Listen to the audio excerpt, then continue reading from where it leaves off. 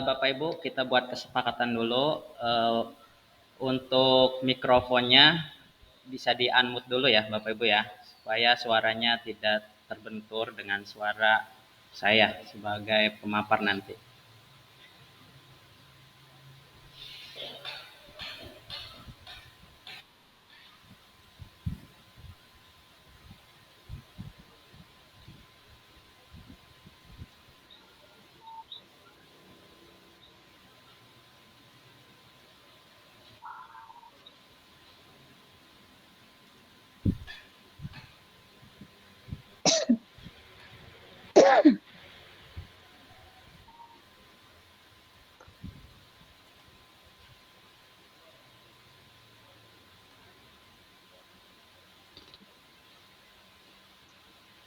Apakah sudah tampil di layar Bapak Ibu?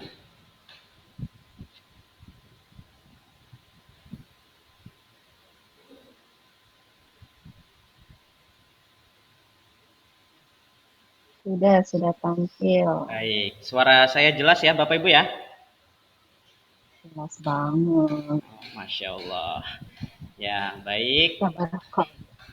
Bapak Ibu, kita mulai saja. Oke. Bismillahirrahmanirrahim.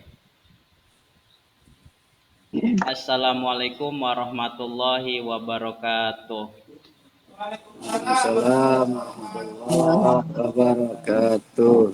Ya, selamat pagi Bapak Ibu guru hebat. Selamat pagi. Pagi. Iya, apa kabarnya hari ini? Alhamdulillah baik. Alhamdulillah ya Bapak Ibu. Luar biasa. Mantap. Mantap ya. Tetap semangat. Tetap semangat. Ya, saya ucapkan terima kasih kepada Bapak Ibu yang sudah hadir di ruangan virtual ini. Mungkin di sela-sela kesibukan Bapak Ibu guru yang sedang mengoreksi atau mungkin sedang menginput nilai rapot, tapi tetap menyempatkan waktunya untuk hadir di ruangan virtual ini dalam rangka di sini kegiatan menyebarkan pemahaman dan penerapan pengalaman budaya positif. Jadi ini bukan hanya semata tugas saya memenuhi tugas saya sebagai guru penggerak, cuman memang ini merupakan kegiatan yang amat penting supaya Bapak Ibu juga yang belum berkesempatan ikut program guru penggerak juga tahu tentang kegiatan guru penggerak dan salah satunya yaitu tentang budaya positif. Dan untuk mewujudkan budaya positif ini tidak bisa hanya dilakukan oleh guru penggerak saja, tetapi harus ada kolaborasi antara seluruh warga sekolah. Ketika kolaborasi itu ada, ketika seluruh warga sekolah kompak bekerja sama, insya Allah budaya positif ini bisa terwujud. Baik Bapak Ibu guru, kita akan melaksanakan kegiatan ini selama 1 jam, insya Allah. Dan diusahakan Bapak Ibu guru on cam ya, jika tidak ada terkendala sinyal ataupun tidak ada hal-hal yang urgent, misal ke kamar mandi, itu kalau ke kamar mandi ya silahkan di off cam, tidak usah dibawa-bawa ke kamar mandi HP atau laptopnya. Mungkin langsung saja Bapak Ibu guru, sebelum kita mulai kegiatan diseminasi ini atau menyebarkan pemahaman dan penerapan pengalaman budaya positif, marilah kita buka kegiatan pada pagi hari ini dengan membaca lafaz basmalah. Bismillahirrahmanirrahim. Bismillahirrahmanirrahim. Semoga kegiatan pada hari ini tuh berjalan dengan lancar dan tidak ada atau tidak terkendala dengan hal-hal yang lain ya Bapak Ibu. Amin. Baik Bapak Ibu guru. Nah, apa sih budaya positif di sini? Nah, ini hari ini kita akan membahas tentang budaya positif. Budaya positif di sini merupakan perwujudan dari nilai-nilai atau keyakinan universal yang diterapkan di sekolah. Tentunya di sekolah kita juga punya nilai-nilai atau keyakinan yang harus diwujudkan oleh seluruh warga sekolah. Nah, budaya positif ini dapat mendorong murid untuk mampu berpikir, bertindak, dan mencipta sebagai proses memerdekakan dirinya sehingga murid mampu mandiri dan bertanggung jawab. Bapak Ibu, mungkin kita di sekolah kita juga ada ya nilai-nilai atau keyakinan yang diterapkan kepada murid-murid kita. Sehingga jadinya murid kita itu akan mampu mandiri dan juga bertanggung jawab. Itu merupakan dari perwujudan dari budaya positif. Tentunya setiap sekolah juga punya budaya positifnya masing-masing. Nah, kemudian konsep inti budaya positif. Yang akan kita bahas di sini ada beberapa poin tentang konsep dari budaya positif. Nah, apa saja konsep budaya positif ini? Yang pertama, perubahan paradigma belajar. Yang kedua, disiplin positif. Yang ketiga, kebutuhan dasar manusia. Keempat, motivasi perilaku manusia. Kelima, posisi kontrol guru. Keenam, keyakinan kelas. Dan yang ketujuh, segitiga restitusi. Nah, ini 7 poin ini atau 7 konsep ini yang akan kita diskusikan pada kegiatan hari ini. Atau yang akan kita bahas ya Bapak Ibu Guru, supaya Bapak Ibu Guru juga tahu 7 poin ini. Nah, baik. Yang pertama, pembelajaran dengan paradigma baru atau yang poin pertama ya. Apa pembelajaran dengan paradigma baru di sini? Nah, pembelajaran dengan paradigma baru merupakan pembelajaran yang dirancang berdasarkan prinsip pembelajaran berdiferensiasi. Mungkin Bapak Ibu Guru juga sudah menerapkan prinsip berdiferensiasi ini, betul ya Bapak Ibu Guru ya? Karena di kurikulum Merdeka itu lebih ditekankan pembelajarannya itu yang berdiferensiasi. Nah, maksud dari berdiferensiasinya itu seperti apa? Nah, maksud dari prinsip pembelajaran berdiferensiasi di sini artinya guru itu mampu menggunakan berbagai metode pembelajaran untuk memenuhi kebutuhan murid-muridnya. Jadi guru itu menggunakan atau memakai berbagai metode, bukan hanya satu metode saja ketika melaksanakan pembelajaran. Karena sebagaimana yang kita ketahui Bapak Ibu Guru, murid-murid kita itu memiliki karakteristik yang beragam. Otomatis kebutuhannya juga beragam. Nah, oleh karena itu dibutuhkan metode yang tepat untuk memenuhi kebutuhan murid-murid kita.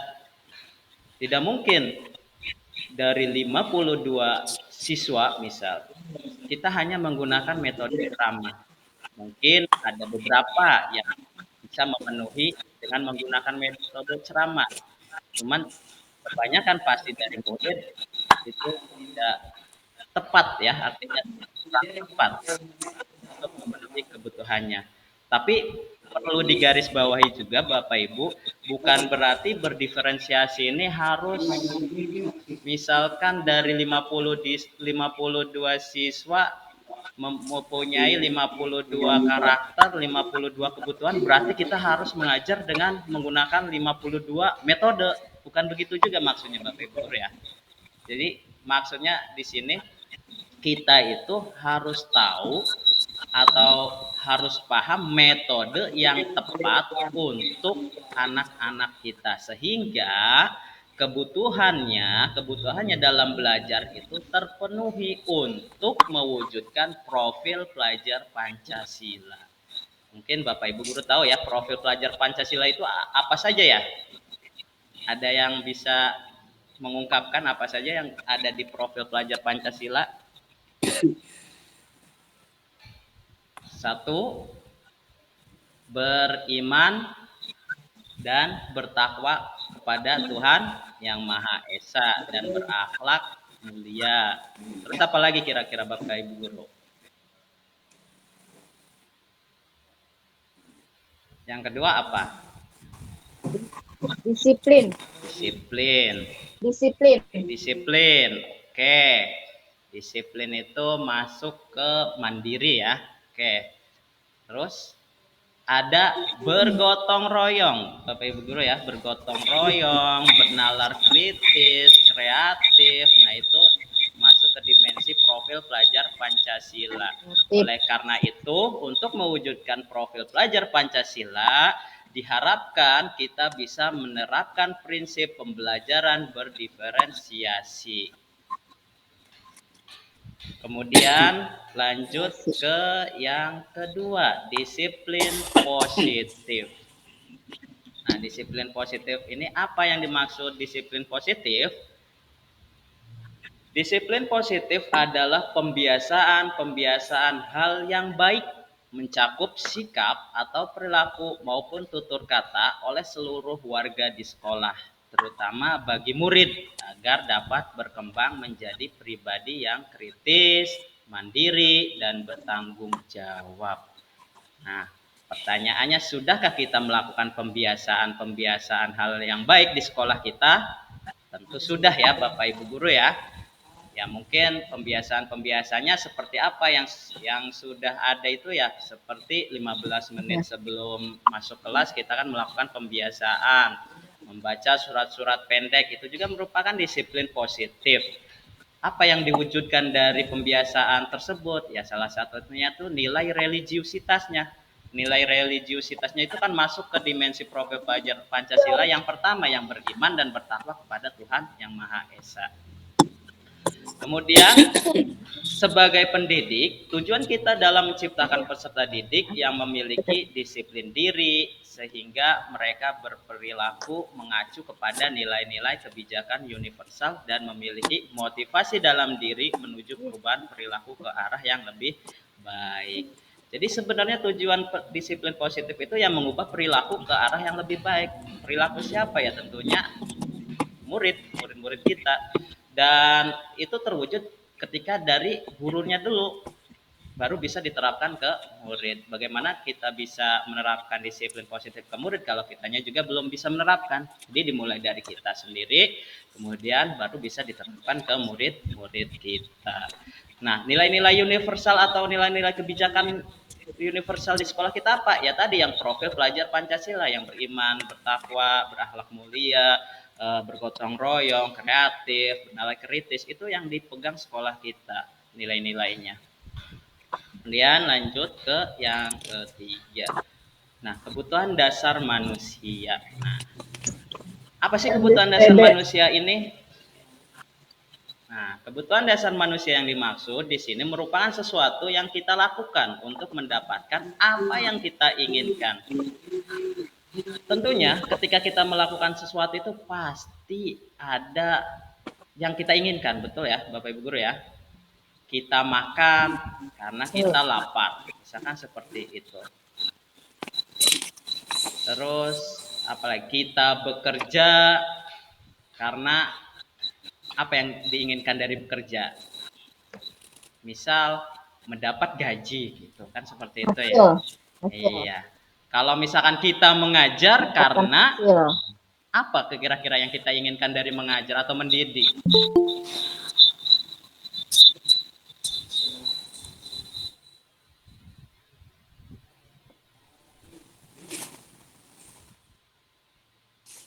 Kira-kira yang kalau harapan kita dalam mendidik itu apa yang kita inginkan? Ya tentunya anak-anak kita itu, murid-murid kita itu yang menjadi pribadi yang lebih baik lagi, tentunya ilmunya seperti itu ya, atau tersampaikan. iya, atau mentransfer ilmunya tersampaikan, seperti itu. Jangan sampai salah konsepsi, saya mengajar karena saya sudah dibayar, misal seperti itu. Itu yang keliru ya Bapak Ibu Guru ya. Nah, seluruh tindakan yang kita lakukan itu pasti memiliki tujuan, betul ya. Semua usaha terbaik yang kita lakukan agar kebutuhan dasar kita terpenuhi dengan baik. Nah, itu kebutuhan dasar manusia.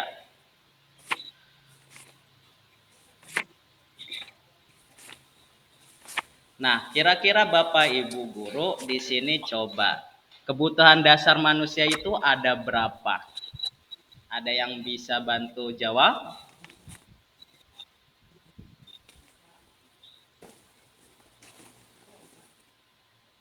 Ada berapa kira-kira Bapak Ibu? SDM-nya.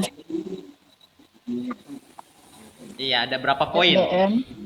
Ada berapa poin dulu? Ada 5. Ada 5. 5. Hebat sekali Bu Pasito nih. Iya, sebenarnya lihat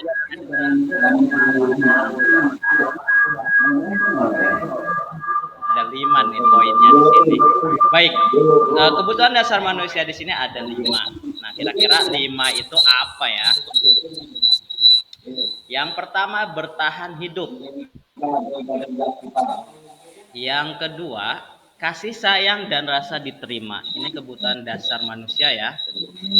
Yang ketiga, penguasaan.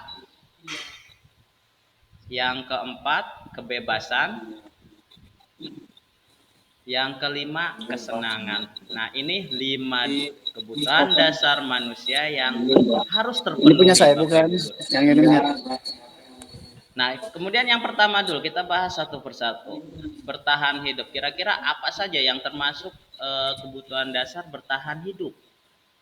Nah, ini makanan, pakaian, tempat tinggal, keamanan, dan kesehatan ini termasuk kebutuhan dasar bertahan hidup. Yang kedua, kasih sayang dan rasa diterima. Apa? Yaitu rasa diterima, dipedulikan, berbagi, kerjasama, dan menjadi bagian dalam kelompok. Kemudian kebutuhan dasar akan penguasaan. Apa saja yang masuk di sini? Nah, harga diri, keinginan untuk dianggap, memimpin, berprestasi, diakui, dan didengar. Itu yang termasuk ke penguasaan. Kemudian yang masuk ke kebebasan. Apa saja yang masuk ke kebebasan? Nah, ada mandiri, memiliki pilihan, dan mencoba hal baru dan mampu mengendalikan arah dirinya. Yang terakhir, kebutuhan dasar manusia akan kesenangan. Nah, bermain, humor, antusias, dan tertawa ini termasuk ke kesenangan ya Bapak Ibu Guru. Nah, kita kaitkan dengan ke murid-murid kita. Mungkin di dalam kelas Bapak Ibu Guru ketika mengajar, biasanya ya pasti ada saja nih, ada anak yang berbeda. Ketika anak yang lain memperhatikan, tapi ada beberapa anak itu justru malah bermain atau mungkin sibuk sendiri, teriak-teriak misalkan. Nah, perlu diingat Bapak Ibu Guru ketika ada anak yang melakukan hal seperti itu berarti ada kebutuhan dasar dari anak tersebut yang belum terpenuhi, baik itu di sekolah maupun di rumah. Ketika anak bermain-main di kelas, ketika jam pembelajaran, atau ketika lagi Bapak Ibu Guru mengajar ada yang bermain, mungkin ada kebutuhan akan kesenangannya yang belum terpenuhi, sehingga dia mencari kesenangannya sendiri dengan cara ya bermain tadi. Nah, jadi ketika Bapak Ibu Guru menemukan anak atau murid yang berperilaku menyimpang, bahasanya menyimpang atau melanggar aturan ya Bapak Ibu Guru ya, itu berarti ada kebutuhan dasar mereka yang belum terpenuhi. Karena pada dasarnya ketika 5 kebutuhan dasar ini terpenuhi, itu anak itu tidak akan berperilaku menyimpang. Bisa dipahami ya Bapak Ibu Guru ya. Kemudian motivasi perilaku manusia yang keempat. Nah, perilaku manusia ini atau tindakan yang dilakukan manusia itu pasti ada dorongannya atau ada sebuah motivasi yang menyebabkan manusia itu berperilaku atau melakukan sesuatu. Nah, motivasi di sini ada 2 macam Bapak Ibu Guru ya. Yang pertama ada motivasi ekstrinsik. Yang kedua ada motivasi intrinsik. Kira-kira Bapak Ibu Guru bisa membedakan tidak apa itu ekstrinsik, apa motivasi intrinsik? Ya silahkan. Mungkin ada yang ingin berkomentar dulu.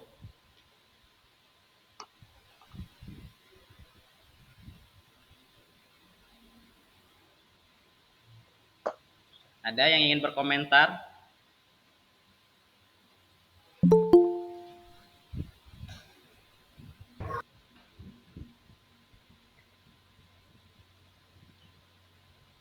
Ya, Bu Masito mungkin ada yang ingin dikomentari antara ekstrinsik Begitu dengan ya. intrinsik, bedanya apa sih gitu?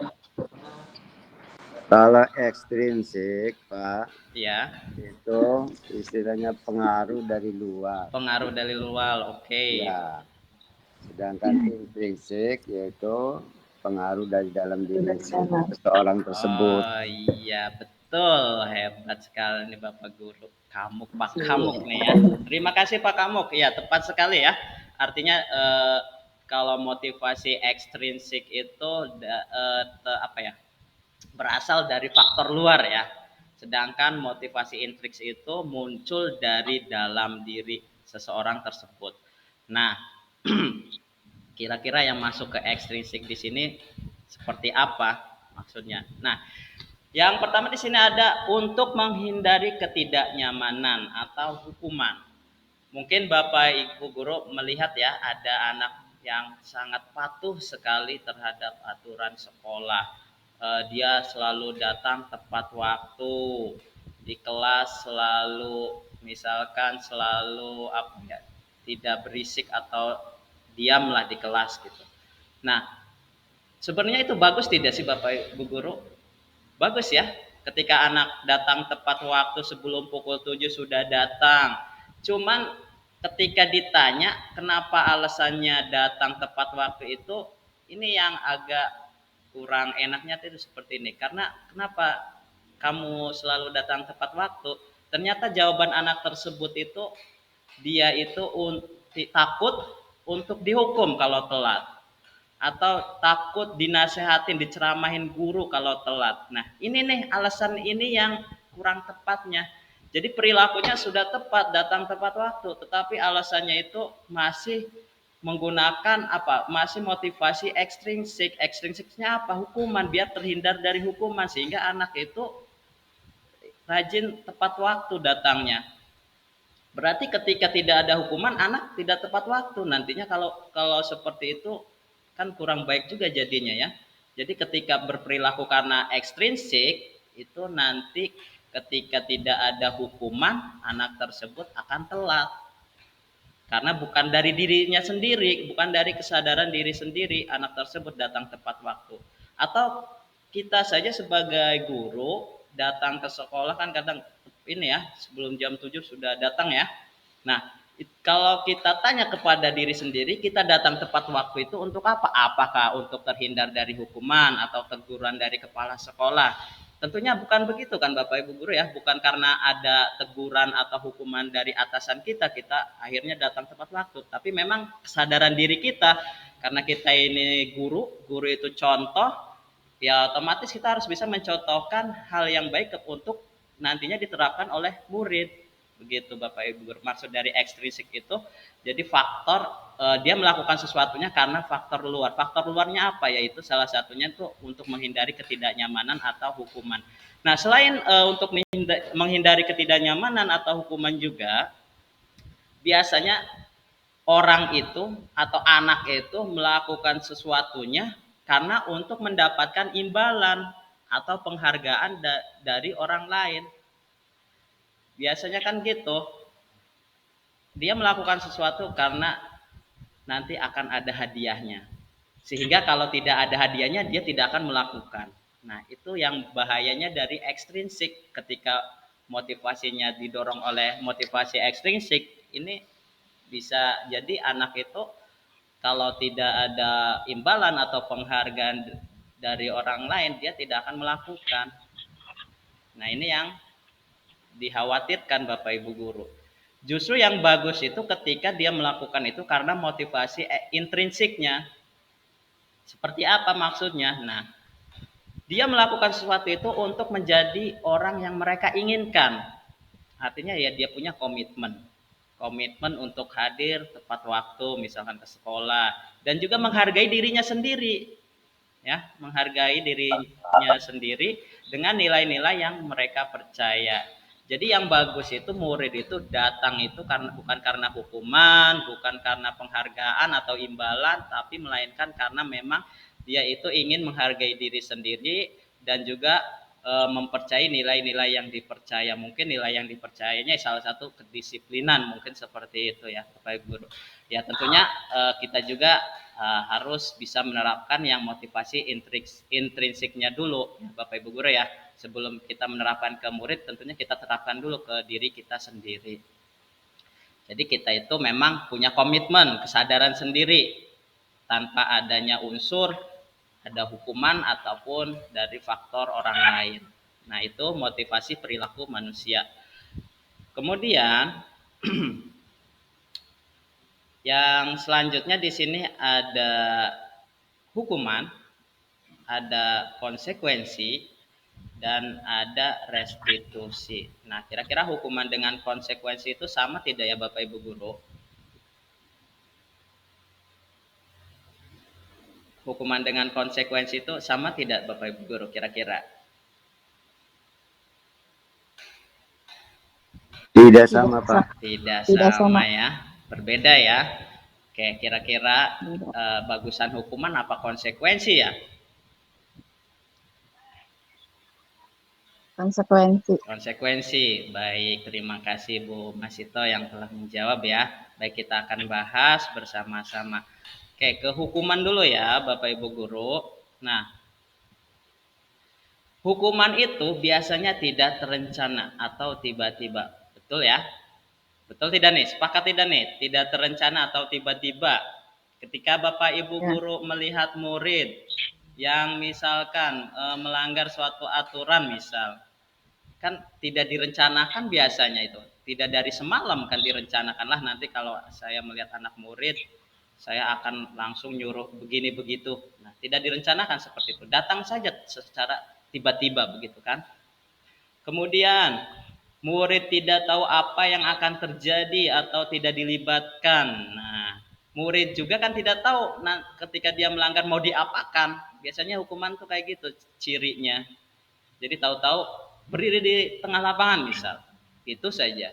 Atau hormat ke bendera misal seperti itu. Dan hukuman itu bersifat satu arah saja, hanya dari guru ke murid saja sudah. Dan yang terakhir berupa hukuman fisik atau psikis. Nah, biasanya hukuman itu kan kalau tidak ya fisik atau psikisnya atau secara verbal. Nah, itu hukuman Bapak Ibu Guru ya. Nah, kalau konsekuensinya seperti apa? Nah, kalau konsekuensi itu terencana atau disepakati ya sesuai peraturan. Kalau di kelas saya, Bapak Ibu Guru ya mungkin yang sudah pernah main-main masuk ke kelas saya kan ada kesepakatan kelas yang ada foto anaknya sambil di bawahnya ada tulisan. Nah, itu terencana Bapak Ibu Guru, disepakati sesuai peraturan kelas ya. Bukan peraturan kelas, namanya keyakinan kelas. Jadi antara guru dan murid itu berdiskusi, berdialog dan menyepakati, akhirnya jadilah kesepakatan kelas atau keyakinan kelas. Jadi terencana ketika ada anak yang melanggar itu ada konsekuensinya. Anak tahu konsekuensinya bakal apa. Contoh ketika dia mengotori kelas nanti ada konsekuensinya. Konsekuensinya apa? Ya membersihkan kelas otomatis seperti itu. Itu pun sudah disepakati secara bersama guru dan murid. Kemudian murid tetap dibuat tidak nyaman walaupun bahasanya itu lebih baik ya daripada hukuman. Kalau hukuman kan kesannya itu marah-marah, emosional gitu kan ketika memberikan hukuman ke anak, tapi kalau konsekuensi itu tetap dia itu dibuat tidak nyaman karena memang melakukan kesalahan atau pelanggaran. Walaupun ada konsekuensinya ya Bapak Ibu Guru ya. Kemudian sikap guru selalu memonitor murid. Nah, guru itu selalu memantau murid tersebut. Artinya ketika sudah menerima konsekuensi, tetap dalam pantauan guru si anak tersebut. Nah, apakah kira-kira anak itu mengulanginya lagi atau tidak? Jadi selalu diawasi, tapi mengawasinya juga tanpa murid terasa diawasi seperti itu. Nah, kemudian ada restitusi. Nah, apa restitusi? Di sini proses menciptakan kondisi bagi murid untuk memperbaiki kesalahannya. Nah, jadi ketika ada anak yang melanggar atau misalkan ada yang melakukan hal yang menyimpang, nah kita itu harus melakukan restitusi kepada anak tersebut. Cuman kepada kenyataannya, realitanya kita itu langsung pakai ini hukuman, betul ya? Ya termasuk saya sendiri juga kadang seperti ini, hukuman saja. Pada bagusnya kita itu melakukan restitusi dulu. Proses menciptakan kondisi bagi murid untuk memperbaiki kesalahannya. Kalau tidak pakai restitusi, biasanya anak itu patuhnya sementara. Misal kalau pakai hukuman langsung dihukum saja tanpa adanya restitusi. Mungkin pada waktu itu ya nurut, patuh, tapi kemudian diulangi lagi. Tapi kalau ketika menggunakan restitusi, nanti anak itu belajar dari kesalahannya sehingga meminimalisir mengulangi perbuatannya lagi seperti itu. Dan restitusi ini proses kolaboratif yang mengajarkan murid untuk mencari solusi sendiri.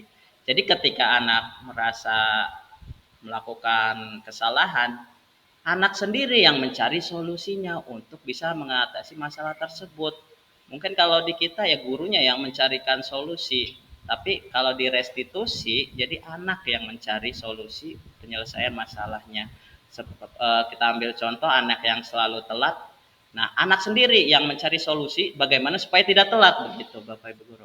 Bukan dari kitanya ya yang menawarkan solusi, tapi anaknya diarahkan untuk memecahkan masalahnya sendiri.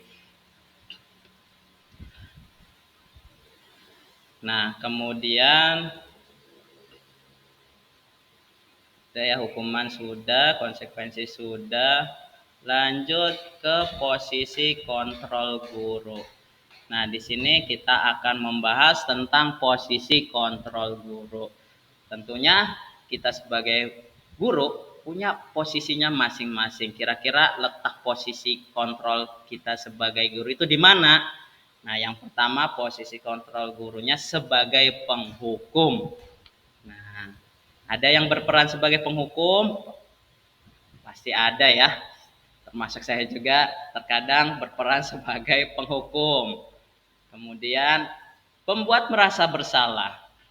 Nah, nanti ada nih guru itu perannya membuat merasa bersalah saja kepada siswanya.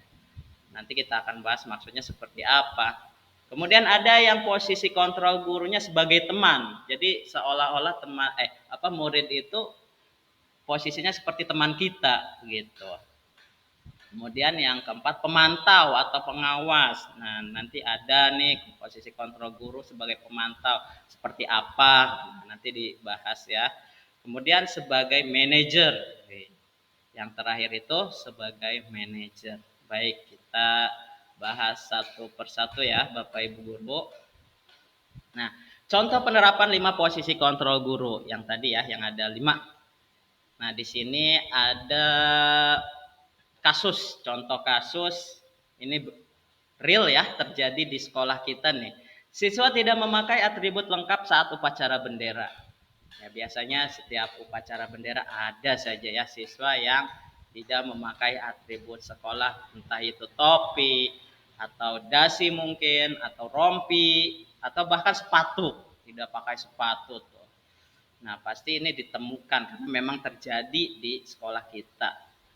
Nah, penghukum. Nah, biasanya kalau penghukum menemukan anak seperti itu, ketika anak tidak memakai atribut lengkap saat upacara bendera, biasanya seperti ini nih.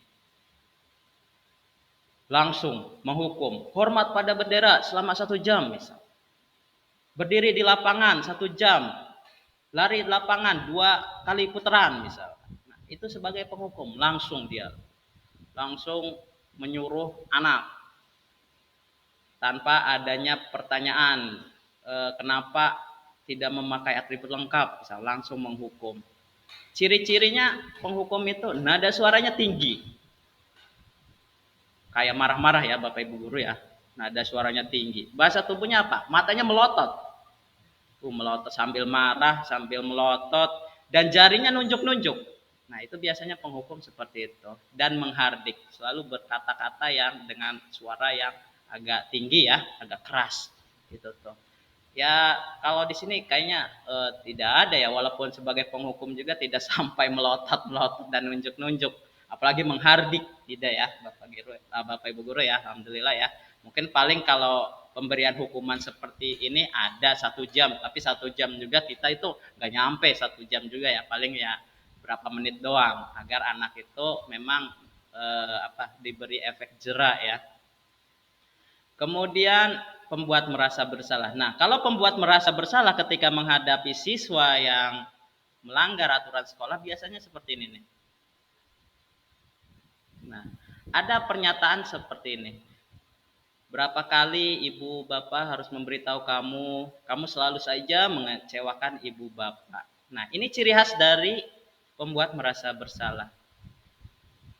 Jadi seolah-olah anak itu biar seolah-olah merasa bersalah begitu. Jadi merasa bersalah akan tindakannya. Dan ciri khasnya dari pembuat merasa bersalah itu nada suaranya itu memelas.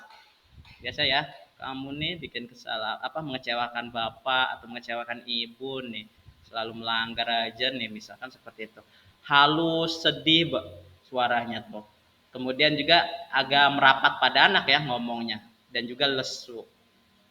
Nah, kira-kira ada dampaknya tidak kepada anak ketika kita menjadi posisinya itu pembuat merasa bersalah? Tentu ada ya Bapak Ibu Guru ya dampaknya. Kira-kira bagus tidak?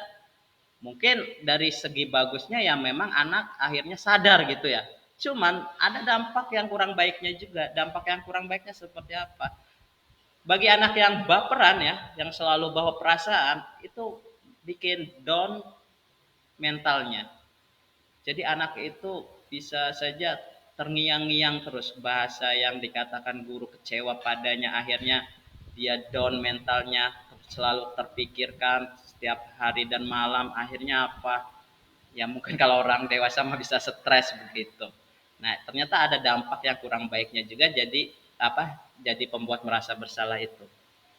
Tentunya setiap posisi kontrol itu ada dampaknya ya Bapak Ibu Guru. Kalau penghukum tadi itu bisa aja dampaknya anak itu akan benci ke kita, akan dendam mungkin seperti itu, akan marah ke kita, atau lebih jadi anak itu ketika dia dimarahin, anak itu akhirnya emosionalnya tidak terjaga gitu Bapak Ibu Guru.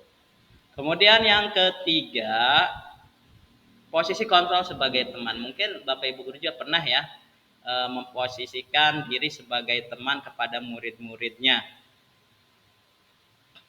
Nah, biasanya seperti ini pernyataannya. Ayo dong ikuti aturan sekolah.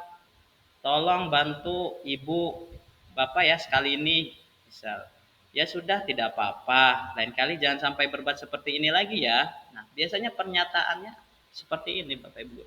Seolah-olah kita itu berbicara atau mengobrol dengan teman sendiri ke anak itu. Memang ada dampak positifnya, cuman ada juga nanti dampak yang kurang baiknya seperti itu Bapak Ibu Guru. Cirinya apa? Nada suaranya ramah, akrab, bercanda seperti itu ya. Dan bahasa tubuhnya merapat pada murid dan senyum. Kira-kira dampak yang kurang baiknya dari posisi kontrol ke teman itu apa? Ada yang bisa menjawab Bapak Ibu Guru?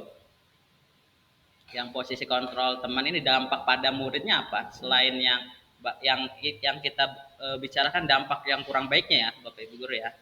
Mungkin ada yang ingin berkomentar?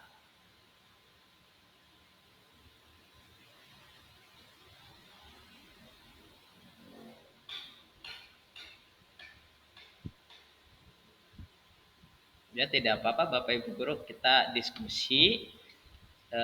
Bukan berarti saya yang berbicara ini yang tahu segalanya, sama saya juga masih belajar Bapak Ibu Guru, dan saya juga kan terkadang belajar dari Bapak Ibu Guru juga. Jadi kita sama-sama belajar. Jadi saling tukar pikiran, saling berbagi, maksudnya seperti itu. Kira-kira yang dari posisi kontrol teman ini, Bapak Ibu guru, dampaknya apa ya? Ada yang bisa berkomentar?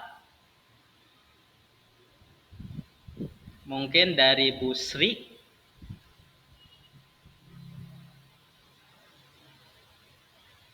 atau Bu Masitoh mungkin.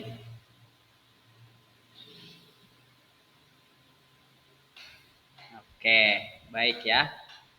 Eh, Dampaknya biasanya anak itu bergantung pada gurunya, bergantung pada satu guru tersebut yang dianggap mungkin sebagai temannya sendiri ya. Dan dampak kurang bagusnya juga, anak itu kadang menganggap kitanya bukan kayak guru tapi melainkan temannya. Kalau bahasa serenangnya itu apa ya, agak dusun mungkin ya, seperti itu ya anak tersebut. Iya, karena memperlakukan kita kayak temannya juga, akhirnya seperti itu. Yang niat hatinya kita sebagai teman itu mendekati anak supaya anak tidak melanggar gitu, malah efeknya anak itu menganggap kita juga bukan Tidak sopan. gurunya tapi Ya. temannya. Akhirnya dampaknya kurang baik juga, Nah. seperti itu. Kemudian pemantau. Nah, posisi kontrol guru sebagai pemantau di sini biasanya pernyataannya seperti ini. Kamu sudah melanggar peraturan sekolah. Kamu tahu Kak konsekuensinya, besok atributnya harus sudah lengkap. Nah, ini pemantau atau pengawas ya. Jadi kalau pemantau itu lebih mengaitkan ke aturan. Pokoknya yang melanggar berarti harus terima konsekuensinya. Seperti itu. Tanpa adanya pemecahan masalah dari masalah yang dihadapi murid. Hanya sebatas yang melanggar terima konsekuensinya. Ciri khasnya apa? Nadanya itu datar ya. Datar suaranya. Ya, tidak marah, tidak tinggi, tidak lembut juga. Tidak tinggi seperti penghukum, tidak lembut atau halus juga seperti teman dan pembuat merasa bersalah. Dan bahasa tubuhnya formal. Ya dampaknya apa? Ya dampaknya anak tidak bisa memecahkan masalahnya atau tidak bisa mencari solusi dari masalahnya. Ya karena memang yang dikaitkan aturannya saja. Begitu kalau pemantau. Memang dari sisi ininya bagus ya, tegas gitu. Cuman dampaknya itu ya anak tidak bisa memecahkan masalah dari yang dihadapinya. Nah, yang terakhir nih, manajer nih. Kira-kira Bapak Ibu guru sudah menerapkan atau sudah berperan sebagai posisi manajer belum ya? Nah, posisi manajer itu seperti apa ketika menemukan anak yang melanggar atau siswa tidak memakai atribut lengkap saat upacara bendera. Nah, biasanya seperti ini Bapak Ibu. Apakah kamu tahu kesalahanmu? Kira-kira bagaimana kamu memperbaiki kesalahanmu? Nah, jadi bahasanya seperti ini.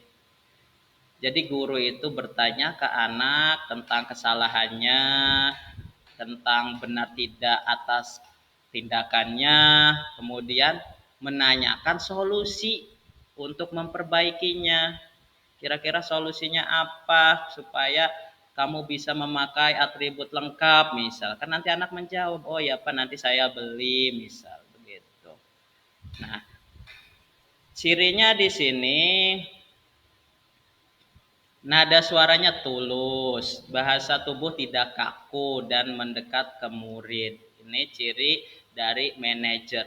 Dari 5 kontrol posisi guru ini diharapkan kita itu bisa menjadi seorang manajer agar anak itu bisa belajar dari kesalahannya, memperbaiki dirinya dan menemukan solusi dari masalahnya sendiri sehingga anak menjadi mandiri dan juga bertanggung jawab. Jadi ini nih Bapak Ibu guru, yang manajer ini nih yang harus bisa kita terapkan. Mungkin kalau penghukum, pembuat merasa bersalah, teman pemantau memang ini sudah biasalah kita lakukan ya. Nah, ini yang manajer ini yang sering kita lupakan. Nah, ini Bapak Ibu guru ada contoh 5 posisi kontrol, ada suaranya tidak Bapak Ibu guru videonya? Ada. Ada, Pak, ada.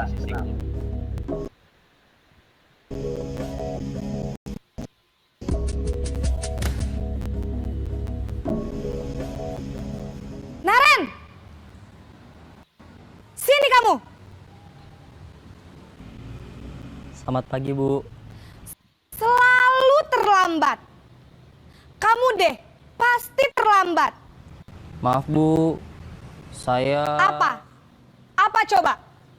Alasan kamu apa lagi? eh, Kapan sih kamu tidak terlambat? Malas sekali ya kamu jadi anak. saya... Dasar pemalas. Gak kapok-kapok sih kamu. Sudah berapa kali terlambat? Sana, kamu keliling lapangan basket 2 kali. Kenapa saya harus keliling lapangan basket, Bu? Kenapa? Kamu mau lawan ibu? Berani-beraninya jawab. Sudah terlambat, masih berani jawab pula. Sekarang, keliling lapangan basket 5 kali sekalian. Biar kapok. Cepat. Pergi sana ke lapangan basket.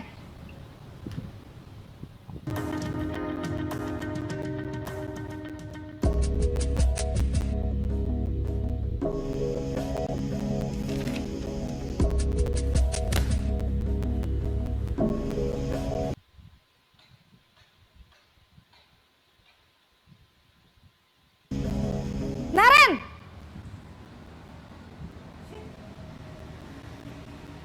Selamat pagi, Bu. Naren. Kamu kenapa terlambat lagi, nak? Ya Tuhan, Naren. Kamu senang ya bikin ibu susah ya? Kalau kamu terlambat lagi, nanti ibu yang ditegur bapak kepala sekolah, nak. Disangka ibu tidak bisa membina kamu. Duh, gimana ini? Maaf, Bu. Duh, Gusti Naren. Kamu suka ya kalau ibu ditegur bapak kepala sekolah? Terus, sekarang ibu harus tulis apa ini di buku absen? Ini kamu sudah sering terlambat loh. Ibu harus apa coba? Maaf, Bu. Maaf sekali. Ya sudah, lain kali jangan bikin ibu susah lagi ya nak ya. Ibu tidak akan kuat lagi kalau kamu begini terus. Bisa jantungan kalau ibu ditegur bapak kepala sekolah. Sana cepat ke kelas. Maaf ya, Bu. Maaf sekali.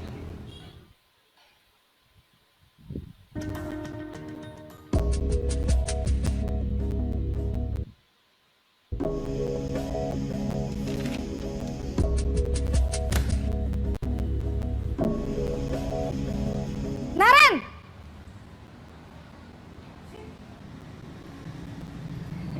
Selamat pagi, Bu. Wah, sudah jam berapa ini nak? Terlambat lagi ya sayang. Iya, Bu.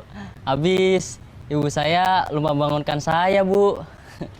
Kamu malah menyalahkan ibu kamu.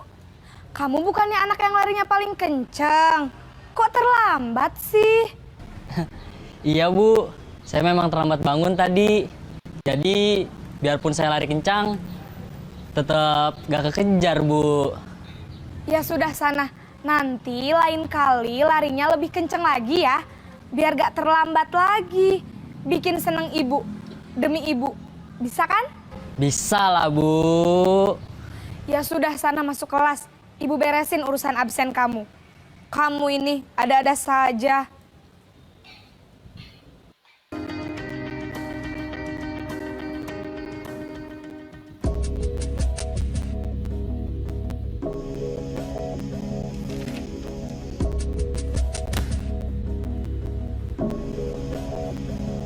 Naren!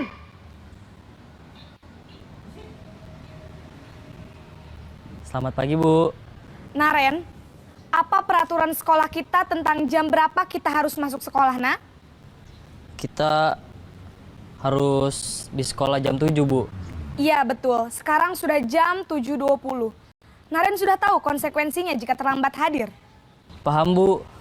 saya harus tinggal kelas pas jam istirahat selama 20 menit. Iya benar, konsekuensinya demikian. Jadi nanti jam 9.30 pas istirahat, kamu harus tinggal di kelas, kerjakan tugas tambahan untuk ketertinggalan kamu, ya. Baik, Bu.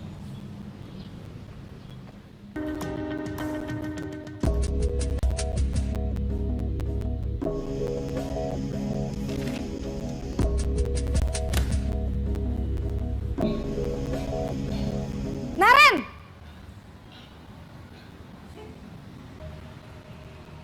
Selamat pagi, Bu. Selamat pagi, Naren. Maaf, Bu. Saya terlambat. Iya, sekolah masuknya jam 7, sekarang sudah jam 7.20. Jadi sekarang bagaimana ini, Naren? Maaf, Bu. Saya lupa setel alarm saya semalam. Baiklah, menurut kamu, keyakinan sekolah yang mana yang perlu kamu tingkatkan? Menghargai diri sendiri dan orang lain mungkin ya, Bu. Setuju. Jadi, apakah Naren meyakini prinsip saling menghormati tersebut? Iya, Bu. Saya meyakininya. Apakah Naren bersedia memperbaiki masalah keterlambatan ini? Bersedia, Bu. Bagaimana kamu akan perbaiki masalah keterlambatan ini? Saya akan coba untuk tidak lupa menyetel alarm saya, Bu. Baik, kalau Naren lupa menyetel alarm di rumah, ada orang yang kira-kira bisa bantu mengingatkan tidak? Ada, Bu. Kakak saya, Kak Ema. Ada lagi selain Kak Ema? Selain Kak Ema, ada ibu saya. Baik, jadi yang mengingatkan Naren adalah Kak Ema dan ibu kamu ya? Kira-kira akan mulai setel alarm kapan nih, Naren? Setelah pulang sekolah, segera saya lakukan. Baik, jadi Naren akan setel alarm untuk bangun besok pagi dan akan diingatkan oleh kakak dan ibunda Naren ya. Ada lagi yang mungkin perlu dilakukan, Naren? Agar tidak terlambat bangun lagi. Tidak ada, Bu. Baik, Naren. Terima kasih untuk kerjasama kamu. Sekarang kamu perlu kembali ke kelas untuk belajar. Baik, Bu. Terima kasih. Ya, itu Bapak Ibu Guru contoh penerapan atau contoh 5 posisi kontrol guru ya. Setiap kontrol itu memiliki karakteristiknya masing-masing dan dampak ke anaknya juga responnya tadi berbeda-beda. Ketika jadi penghukum, responnya berbeda. Bahkan sampai ketika jadi manajer ya Bapak Ibu Guru. Jadi diharapkan peran kita itu bisa sebagai manajer agar anak bisa memperbaikinya sendiri atau belajar dari kesalahannya dan bisa memecahkan masalahnya sendiri sehingga menjadi murid atau siswa yang berpribadi mandiri dan bertanggung jawab. Nah, sekarang ada kuis nih Bapak Ibu Guru. Silahkan Bapak Ibu Guru, di situ kan ada kolom chat ya, nanti dijawab di kolom chatnya. Nanti ditebak ya, kira-kira Bapak Ibu Guru posisi kontrol apakah ini? Nah, saya kecewa sekali dengan kamu. Kira-kira posisi kontrol apa? Apakah penghukum, pemantau, pemerasa buat masalah, teman, atau manajer? Silahkan di kolom chat saja Ibu Bapak Guru, takutnya mikrofonnya berkendala. Di situ ada nih di sini, silahkan di chat tulis kira-kira posisi kontrol apakah. Saya kecewa sekali dengan kamu. Ya, silahkan di chat saja Bapak Ibu Guru. Kita seru-seruan aja Bapak Ibu Guru, jangan takut salah. Namanya juga kita lagi berbagi ya, lagi belajar, tidak apa-apa kalau keliru-keliru. Ada kolom chatnya Bapak Ibu Guru, silahkan dijawab. Ya, Bu Sri pemantau. Oke, yang lain silahkan. Bapak Ibu Guru kira-kira apakah pemantau, apakah manajer, apakah penghukum, atau pembuat merasa bersalah, atau sebagai teman?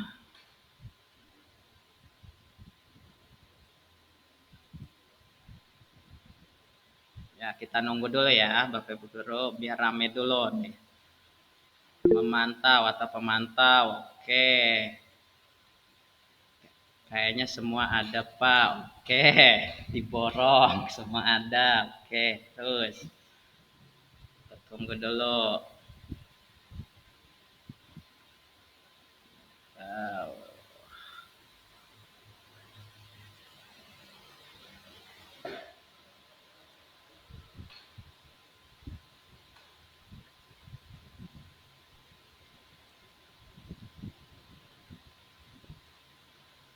Oke, kita kunci dulu ya jawabannya ya. Karena memang ada 5 pertanyaan. Bagi yang belum menjawab, boleh nanti menjawab di kuis yang keduanya nanti ya. Oke, kira-kira betul tidak atau tepat tidak? Jadi pernyataan pertama ini saya kecewa sekali dengan kamu. Ini ada kata kecewa ya, sebenarnya keluhnya ini dikecewain ini. Pembuat merasa bersalah, Ibu Bapak. Jadi ini posisi kontrol yang dilakukan oleh pembuat merasa bersalah. Karena ciri khasnya dari pernyataannya itu ada kecewa bisa. Saya kecewa sekali dengan kamu. Nah, itu berarti pembuat merasa bersalah. Sehingga anak itu merasa bersalah karena telah mengecewakan gurunya. Oke, tidak apa-apa ya Bapak Ibu Guru, lanjut. Kamu tidak pernah benar melakukannya. Sekarang berdiri di depan kelas. Nah, kira-kira posisi kontrol apakah aku? Nah, chat lagi Bapak Ibu Guru, jangan takut salah, tidak apa-apa.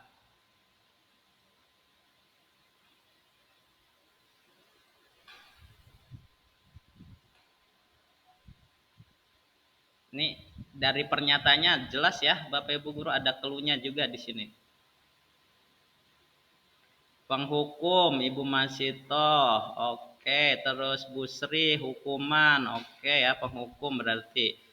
Terus siapa lagi? Ayo isi. Nasihat, Pak. Nasihat Nasihat. itu masuknya ke apa, Pak? Kamu apa? Teman, hukum, membuat merasa bersalah, pemantau, atau manajer? Memotivasi. Memotivasi. Oke, yang lain sudah kita kunci. Ini yang jawab Bu Sri dengan Bu Masito. Tidak apa-apa, Bapak Ibu Guru, kita berkomentar ya. Jangan takut salah, tidak apa-apa. Oke, kita lihat apakah jawabannya betul. Jadi ada 2 orang yang menjawab hukuman atau penghukum ya. Iya, betul, penghukum. Ya, jadi jelas dari kata-katanya ini sekarang berdiri di depan kelas. Iya. Ada anak yang ngobrol, berdiri di depan kelas. Begitu. Biasanya kan gitu, itu sebagai penghukum. Nah, sekarang ketiga. Apa rencanamu untuk menyelesaikan masalah ini? Nah, yuk kira-kira kontrol apakah aku? Biasanya guru yang membuat pernyataan, apa rencanamu untuk menyelesaikan masalah ini? Apakah pemantau?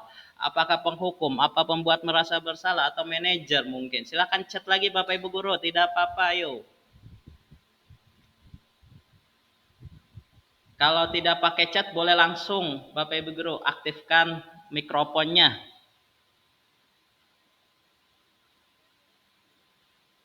Jadi ada 5 ya Bapak Ibu Guru ya. Teman, pembuat merasa bersalah, penghukum, terus pemantau, dan manajer. 5 tuh, pilih salah satu. Kira-kira yang rencanamu untuk menyelesaikan masalah ini tuh sebagai apa? Ya, Bu Masito menjawab manajer. Oke. Pak Tubagus Abdullah juga manajer. Baik.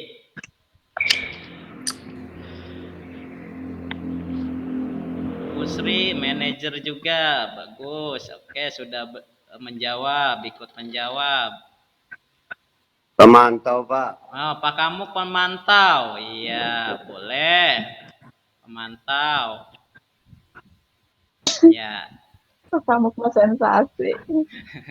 Oke, Sensasi Pakamukma. kita lihat jawabannya Wah. apa Kak. Jadi ada Lagi dua ya, kerja ada soalnya. pemantau, ada apa manajer ya. Kita lihat apakah betul pemantau atau manajer. 3, 2, 1. Dia manajer Bapak Ibu guru. Hore. Hebat. Karena kenapa manajer? Menang.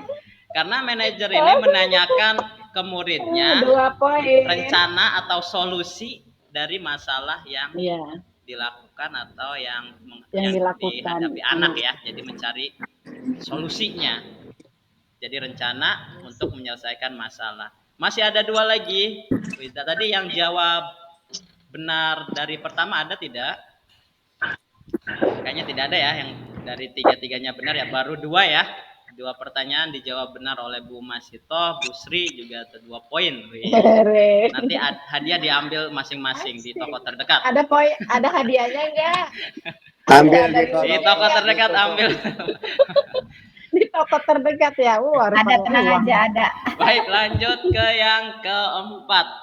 Ayolah lakukan demi Bapak Ibu guru ya, misal. Kira-kira posisi kontrol apakah ini? Boleh di chat langsung atau langsung open mic. Buka mikrofonnya.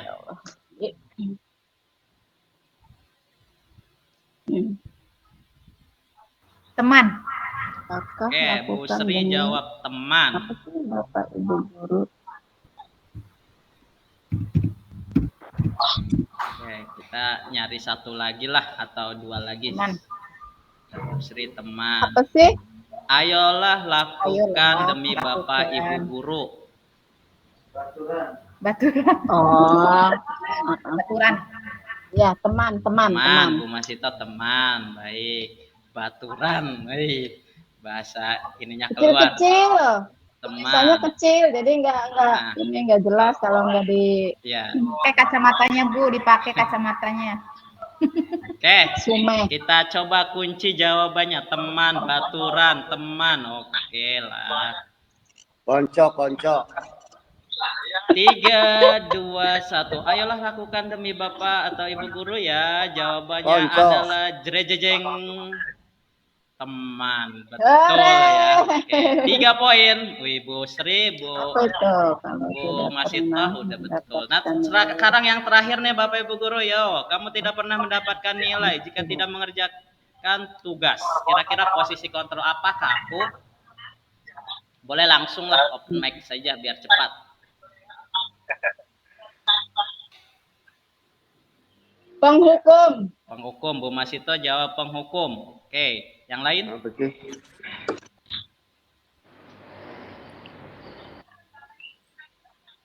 Kita nyari ininya dulu ya. Biar ada perbandingan dulu, jangan 1 orang dulu. Iya. Ayo penghukum. Yang lain tidak apa-apa, boleh langsung di kolom chat atau langsung buka mic-nya, mikrofonnya.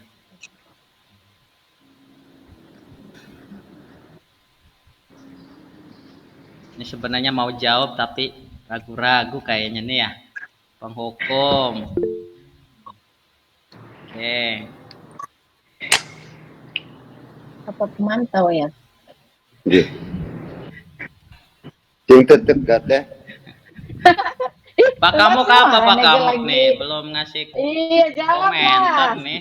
Jawab. Iya ya. Apa tuh? Kamu tidak pernah mendapatkan nilai jika tidak mengerjakan tugas. Oke. Kamu tidak mendapatkan nilai jika kamu tidak mendapatkan tugas. Antara penghukum sama pemantau. Ih, Antara itu satu aja dong, kebagian orang lain. Iya, satu aja ya. Jawabannya kan setiap Pak Kamuk. pertanyaan itu satu. Masa antara ya satu aja. Penghukum apa pemantau Bu Masito? Kita perjelas lah. Iya ya. Iyalah satu dong. Bu Sri belum Kalau- jawab nih Bu Sri nih. Biar poinnya nih. Membuat merasa bersalah. Pembuat merasa bersalah. Penghukum itu, Pak. Penghukum. Oke, jadi ada dua jawaban ya. Ada yang menjawab penghukum, ada yang pembuat merasa bersalah. Baik, kita kunci saja. Oke. 3, 2, 1. Pemantau.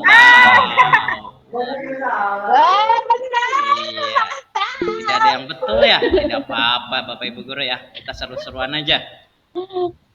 Jadi yang seperti ini pemantau. Kenapa pemantau? Karena lihat dia itu pernyataannya jika kamu tidak pernah mendapatkan tidak pernah mendapatkan nilai jika tidak mengerjakan tugas. Mengacu ke aturan ya.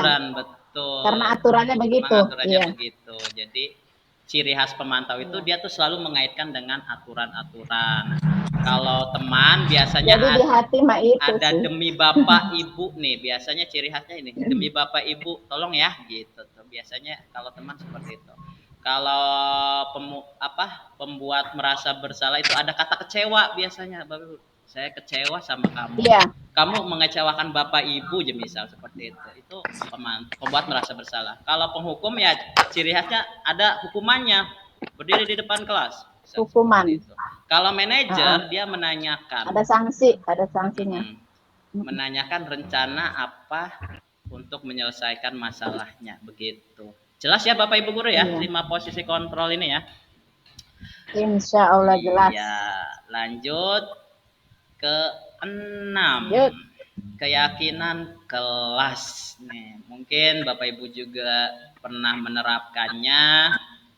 Cuman belum belum ada saja bukti fisik yang ditempel gitu ya.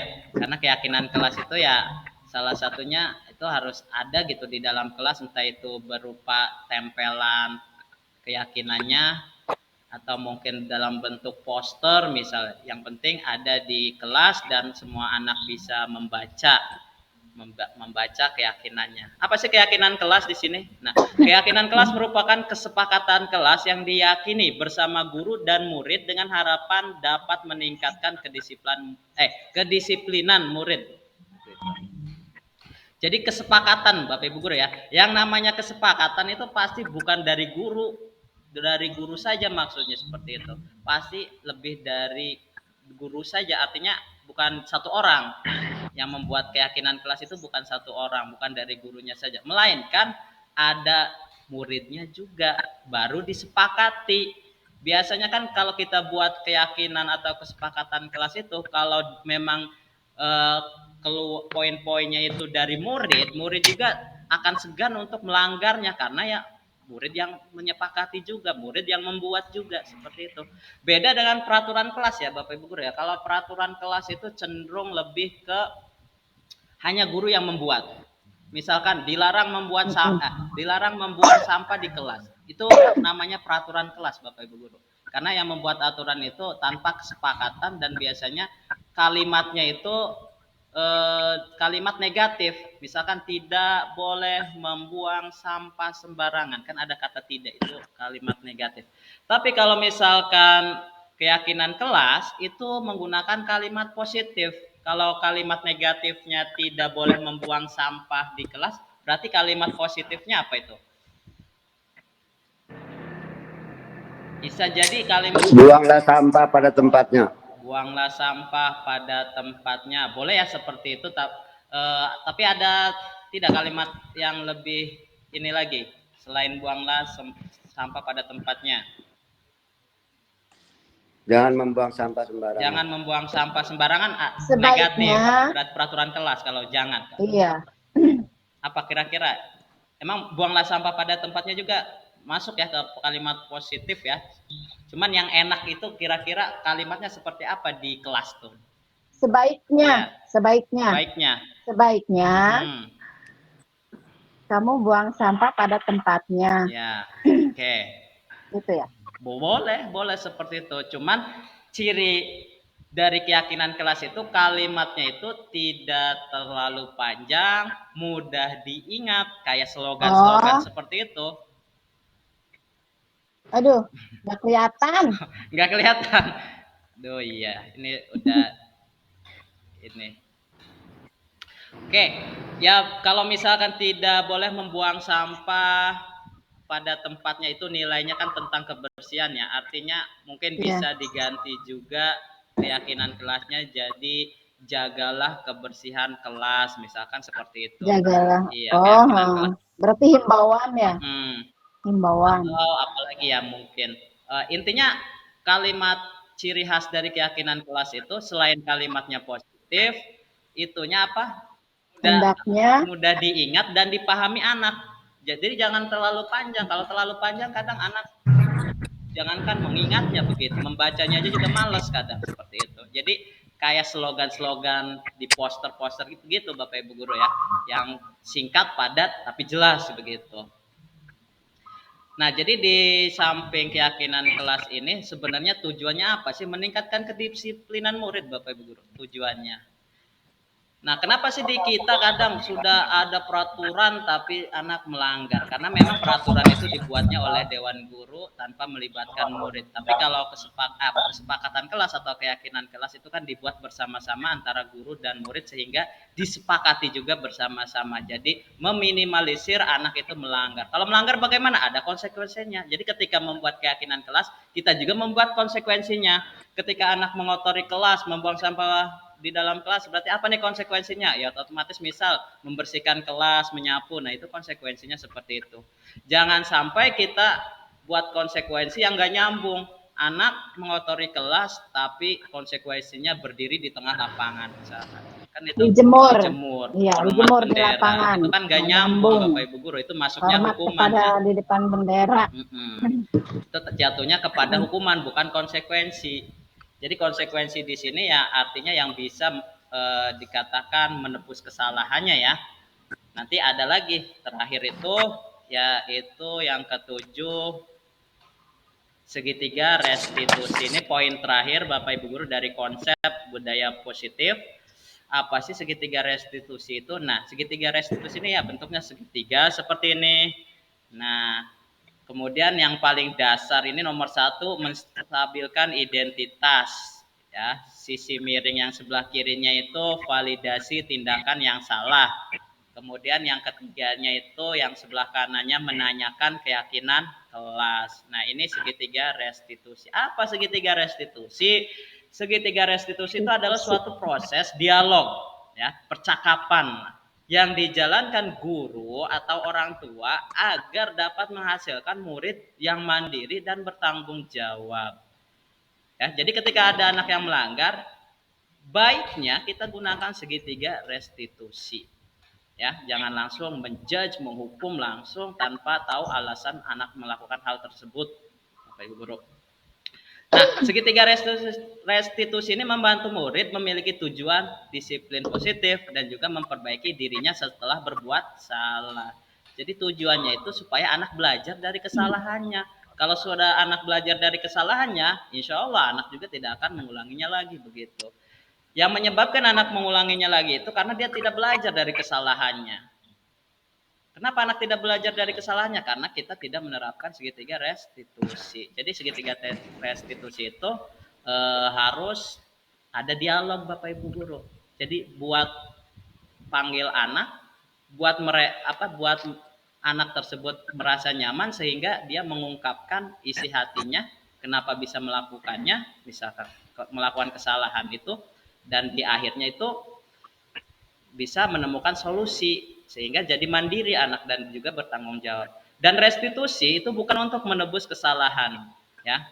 Tidak seperti konsekuensi dan hukuman, tapi restitusi itu lebih ke untuk belajar dari kesalahannya. Nah, langsung yang pertama ya kita bahas tentang segitiga restitusi itu yaitu menstabilkan identitas. Menstabilkan identitas ini hal yang pertama dilakukan guru ketika menerapkan segitiga restitusi. Nah, jadi menstabilkan identitas ini mengubah identitas anak dari orang yang gagal karena melakukan kesalahan menjadi orang yang sukses.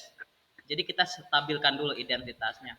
Jadi dari anak yang bersalah menjadi anak yang sukses atau berhasil seperti itu ya. Jadi menstabilkan identitas. Dan menstabilkan identitas ini berdasarkan prinsip membuat kesalahan adalah bagian dari proses pembelajaran. Jadi belajar dari kesalahan gitu. Ciri-cirinya biasanya menstabilkan identitas itu, nah ini nih pernyataan yang akan ketika menstabilkan identitas.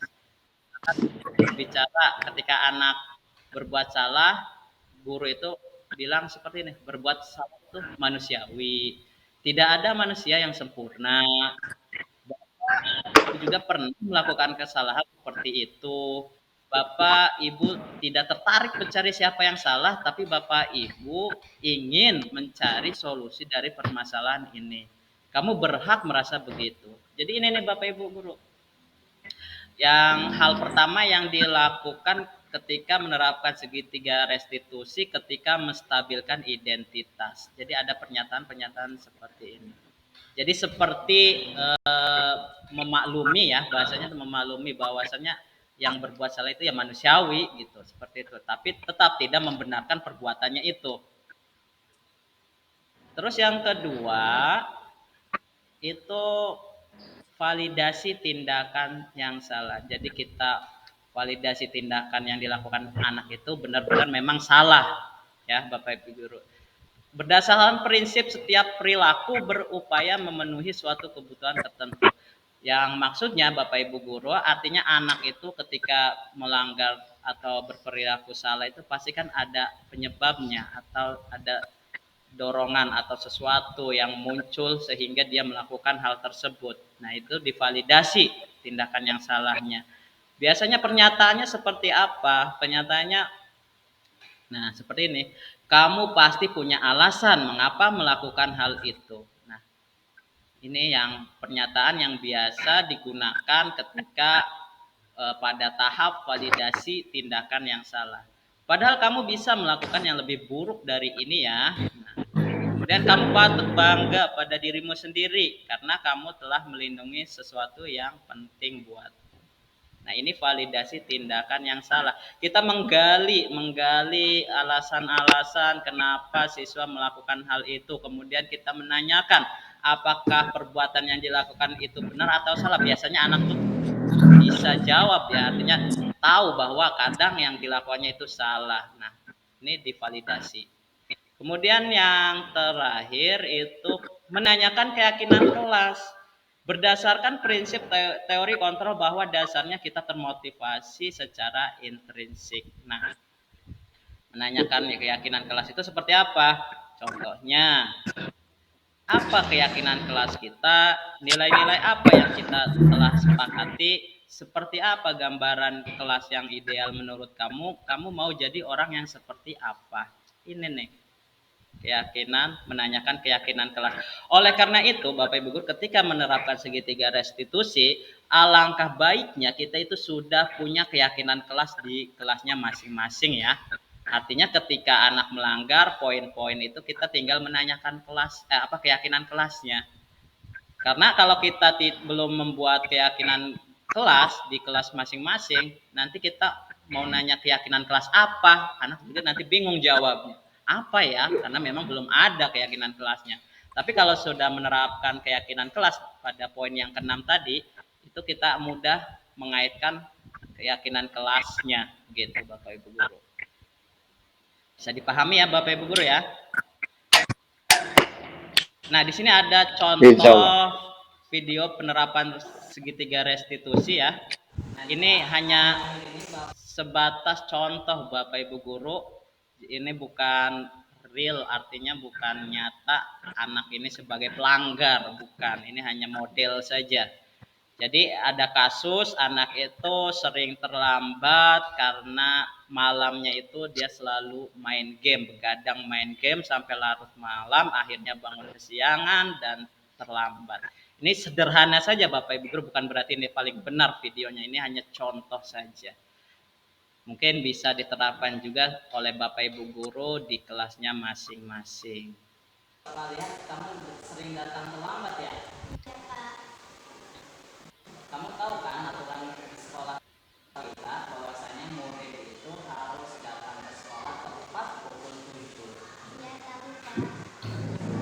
Nah, mungkin terlambat itu hal yang biasa.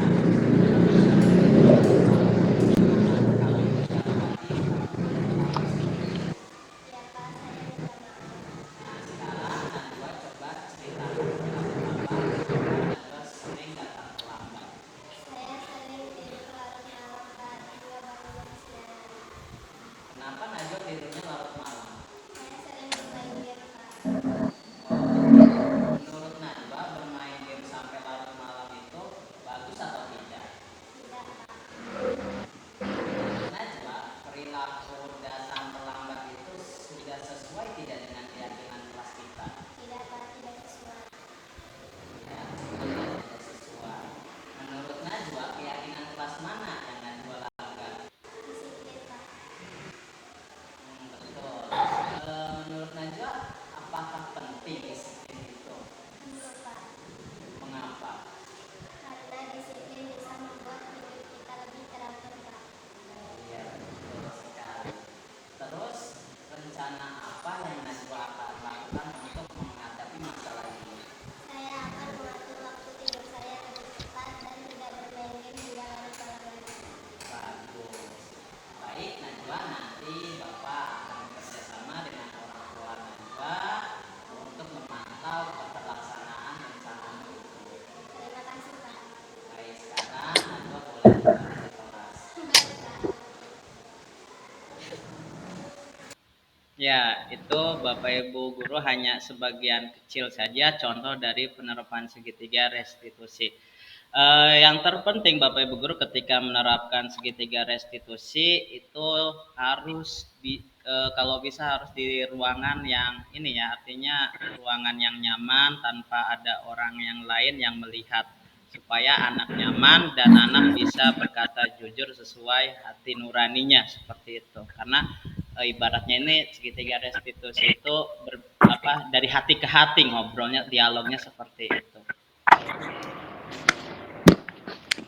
Iya, terima kasih Bapak Ibu guru. Mungkin itu pemaparan atau pembahasan dari saya tentang budaya positif ya, yang tadi konsepnya ada 7 konsep inti tentang budaya positif.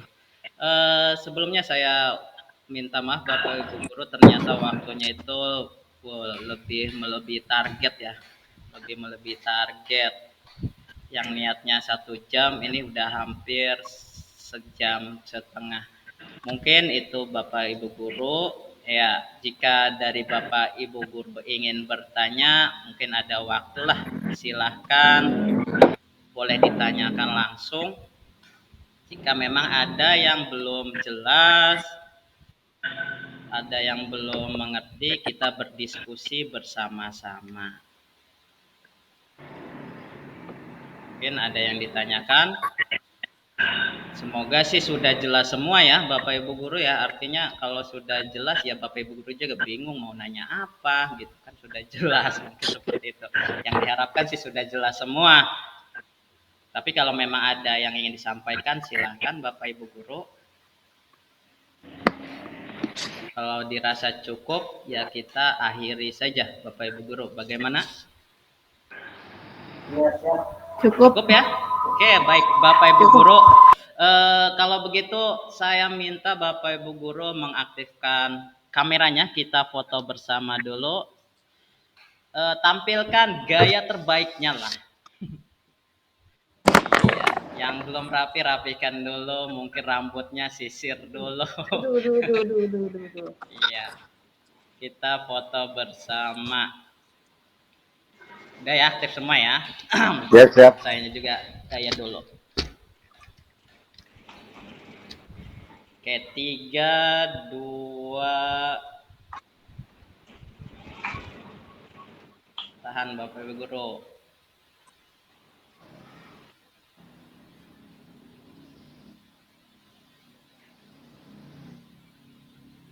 Sebentar.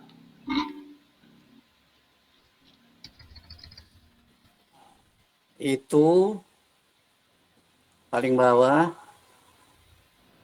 Oke. Satu lagi ya. Ini Satu Ya, lagi. 3, 2. Jangan bergerak kalau belum satu.